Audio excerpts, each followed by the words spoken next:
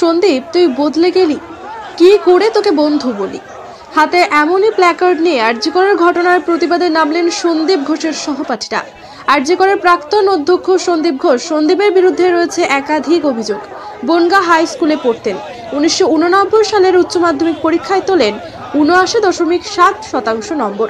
রবিবার সন্ধ্যায় বনগাঁর বিভিন্ন স্কুলের প্রাক্তন ছাত্ররা মিছিল করে বনগাঁর রাজপথে। সেখানে বনগাঁ হাই স্কুলের প্রাক্তন ছাত্ররা উপস্থিত ছিল। সেই প্রতিবাদ মিছিলেই দেখা গেল আরজি করের প্রাক্তন অধ্যক্ষ সন্দীপ ঘোষের সহপাঠীদের। আমরা সহপাঠী ছিলাম, আমরা বন্ধু সবাই সবার মতন হয়, কিন্তু এইটা আমরা যখন দেখেছি, আমরা যখন একসাথে পড়েছি, সেই রকম ছেলে সন্দীপ যত ব্রিলিয়ান্ট ছেলে ছিল, তার যে ছিল, আর এখন যে সব খবর আমরা পাচ্ছি সেইগুলোর সঙ্গে আমরা একসাথে কখনোই মেলাতে পারছি না। কিন্তু তার মধ্যেও আছে, যদি ও সত্যিকারেরই কোনো দোষ করে থাকে, অবশ্যই তার অতি বড় শাস্তি হওয়া উচিত, এটাই আমরা মনে করছি। তার জন্যই আমরা আমাদের এই লেখাটা আমরা লিখেছি, আমরা এক ব্যাচের স্টুডেন্ট হয়ে সহপাঠীর উদ্দেশ্যে, যাতে আগামী দিনে যদি কোনো সহপাঠী কারোর সঙ্গে এরকম ধরনের আচরণ হয়, তাহলে অন্যান্য সহপাঠীরাও যাতে সেই বার্তাটা দিতে পারে, যেটা বন্ধুরাই তো ভুলটা শুধরে দেওয়ার চেষ্টা করে না, সেটার জন্যই আমরা এটা করেছি। আমরা চাই যদি সত্যি প্রকৃত দোষী হয়, তার যেন চরমতম শাস্তি হয়। এনার একটা পরিচয় আছে, এনার বাবা বনগাঁ হাই স্কুলের টিচার ছিলেন নির্মল কাজুরি, ওনার ছেলে প্রশান্ত কাজুরি।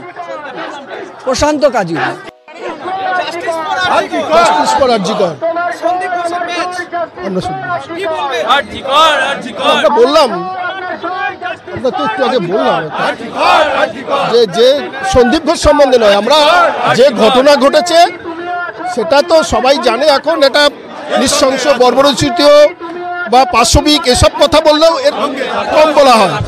সত্যি কথা বলতে এই ঘটনা ডেসক্রিপশন করার জন্য কোনো অ্যাডজেক্টিভই কিন্তু যথেষ্ট নয়।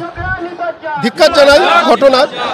এবং আমরা এখানে প্রাক্তনী 89 ব্যাচ, যেটা সন্দীপের ব্যাচ, আমরা সবাই এই ঘটনার প্রতিবাদের জন্য কিন্তু আমরা, এবং জাস্টিসের জন্য কিন্তু আজকে আমাদের এই প্রতিবাদ পদযাত্রা। আমরা বিচার চাই, যেন দোষী বা অনেকেই যদি দোষী থাকে সেটা খুঁজে বার করা এবং অবিলম্বে দোষী সাব্যস্ত করা এবং তার উপযুক্ত শাস্তির ব্যবস্থা। We want justice, everybody want justice, nothing else.